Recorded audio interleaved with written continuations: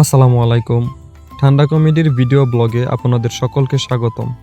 আজকের ভিডিওটা একটু ভিন্ন, কারণ আমরা আজকে আপনাদের দেখাবো আমরা আসলে ভিডিও বানানোর জন্য কোথায় যাই এবং বাকি সময় আমরা কি করি। এখন আমরা বের হয়ে যাচ্ছি আমাদের বাসা থেকে। চারপাশে গ্রামের সেই পরিচিত পরিবেশ, হালকা বাতাস আর আমাদের গন্তব্য। আমাদের গ্রাম আর তার পাশের গ্রামের মাঝখানে অবস্থিত একটা বড় বিল, আর সেই বিলের মাঝখানেই দাঁড়িয়ে আছে একাকী একটা জাম গাছ, যেটা এই এলাকার মানুষের কাছে বেশ পরিচিত। তবে আমাদের কাছে এই গাছটা ছায়াতরু হিসেবেই বেশ পরিচিত।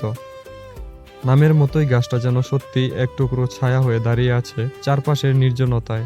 দূর থেকে দেখলেই মনে হয় যেন কোনো গল্পের ভিতরে ঢুকে পড়েছি। গাছটার কাছে আসার পর আমরা কিছু সুন্দর সিনেমাটিক শট নিয়েছি, আর পাশাপাশি ঠান্ডা কমেডির জন্য নতুন কিছু মজার ভিডিও শ্যুট করব।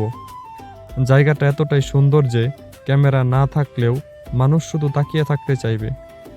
চলুন আপনাদেরও নিয়ে যাই সেই জায়গাটার কাছে আর দেখাই কিছু অসাধারণ দৃশ্য।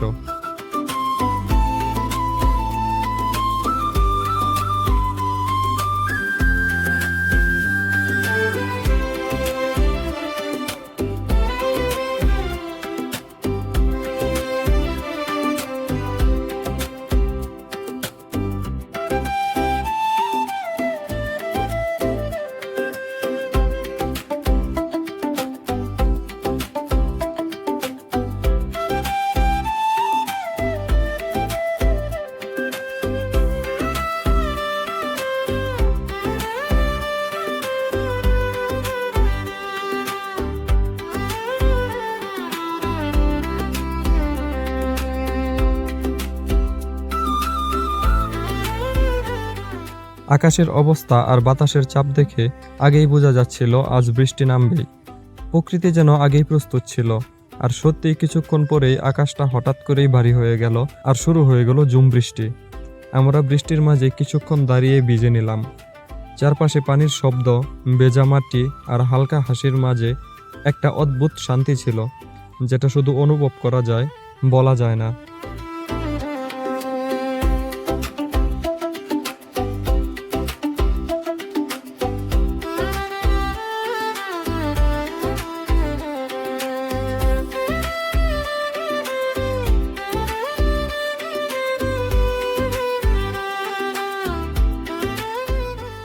বৃষ্টি একটু থামতে আমরা চলে গেলাম কাকার ফিশারির দিকে। উদ্দেশ্য ছিল তাকে সাহায্য করা। সেখানে গিয়ে দেখি আসল কাজ শুরু হয়ে গেছে।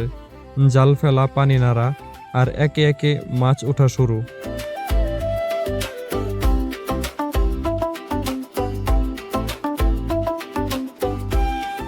সবচেয়ে মজার মুহূর্ত ছিল একটা ছোট কচ্ছপ ধরা পড়া। মাছের মাঝে এমন সারপ্রাইজ দেখে আমরা সবাই হেসে উঠলাম। মনে হলো প্রকৃতিও আমাদের সাথে একটু মজাই করলো।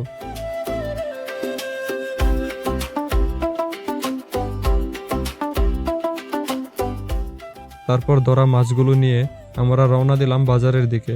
সেখানে মাছগুলো বিক্রি করে আর কিছু দরকারি কেনাকাটা মিলিয়ে দিনটা আরও ব্যস্ত হয়ে উঠল।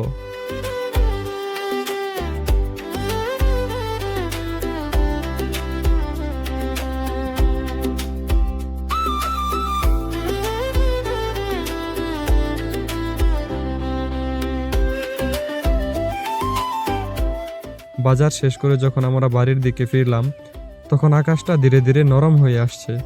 দিনের আলো যেন একটু ক্লান্ত কিন্তু শান্ত হয়ে গেছে। বিকেলটা আমরা কাটালাম বিলের পাড়ে বসে। চারপাশে নীরব পানি, দূরে আকাশে উড়ে চলা চিলের দল, আর সূর্য ধীরে ধীরে ডুবে যাচ্ছে পশ্চিম আকাশে। আকাশটা কমলা আর লালের মিশ্রণে এমন এক রঙে ভরে উঠেছিল যেটা শুধু চোখে দেখা যায়, কিন্তু শব্দে বোঝানো যায় না।